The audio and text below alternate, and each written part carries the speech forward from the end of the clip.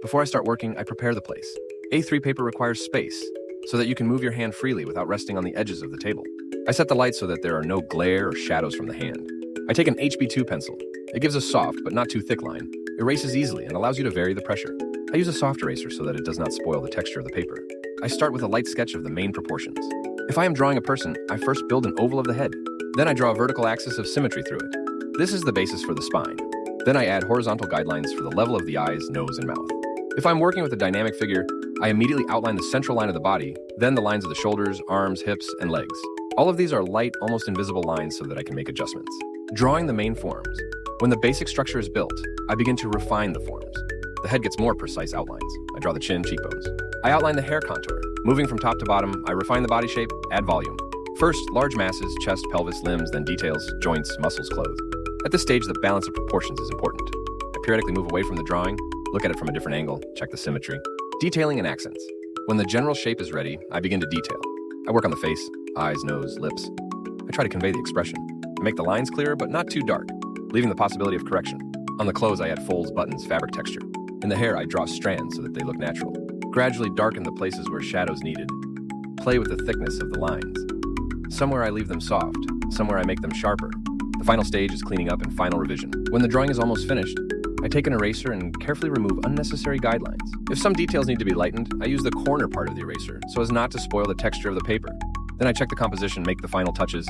Perhaps I strengthen the contours somewhere. Add light shadows, correct minor flaws.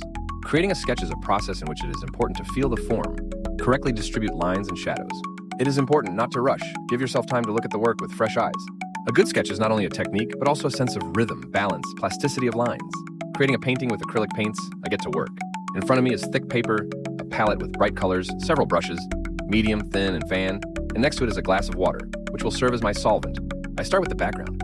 I take a medium brush, wet it in water, and begin to apply the first layers of color. The sky should look alive, shimmering from cold blue shades at the top to warm scarlet and gold closer to the horizon. I shade the colors with smooth horizontal strokes, slightly blurring the edges with water to achieve soft transitions. I add light clouds, slightly with a fan brush, barely touching the paper. When the background dries, I proceed to the main character. First, I work on the light shades of the skin. I use a mixture of white, a drop of ochre, and pink. I apply the first layers to the face, arms, and legs. Gradually darken the shadows.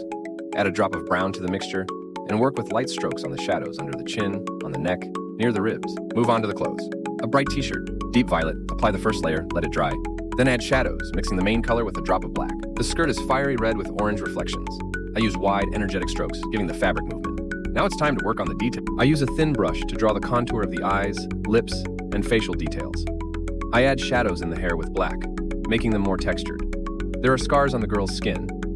I apply them with thin strokes, mixing brown with a drop of red. The grass in the foreground. Here I take a fan brush and apply green, yellow, and orange strokes with sharp, vertical movements, conveying the sunset lighting. The tree is a mixture of ochre, brown, and black. I work on the trunk with a medium brush, and then add details with a thin brush. I create leaves with light touches of a fan brush. I step back and look at the work. I add the last shadows, slightly adjust the light accents. Done. The painting has come to life, filled with emotion, and can be considered complete. Critical analysis of the painting. In front of me is an expressive work created with acrylic on thick paper.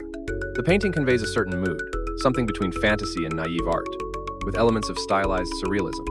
However, let's analyze it in more detail from the point of view of composition, technique, and expressiveness. Strengths of the work. First of all, it is worth noting that the painting conveys a story. The girl is clearly not just standing against the backdrop of the sunset. Her pose, clothes, cuts, and the general surroundings create the feeling that she has a past, that she has lived through some kind of journey. This makes the work interesting for the viewer. Color scheme. The palette is well chosen. The warm sunset, reddish grass, and ochre skin tones contrast with the cold blue sky. This creates depth and atmosphere. Expressiveness of lines. The clear black contours used to outline the figure are reminiscent of a comic book or graphic style, which makes the painting stylistically integral. This approach emphasizes the silhouette and adds graphic quality to the work. Flaws and how to fix them. Anatomy and proportions. The length of the arm seems disproportionate to the body. The right arm, on the viewer's left, looks too long. The left arm, on the contrary, has an unnatural shape.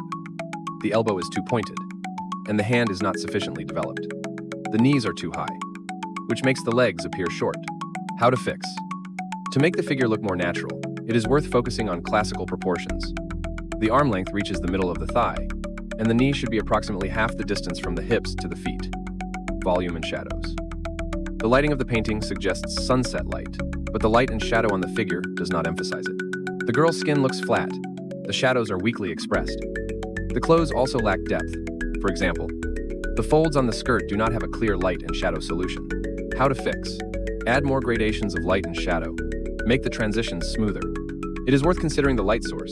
If the sun is behind the heroine, then the front of her body should be darkened, and the outline should be highlighted. The background and its interaction with the figure. The sky is painted dynamically enough, but the grass and tree look simplified. The tree on the left contrasts too sharply with the sky, which makes it less natural. How to fix?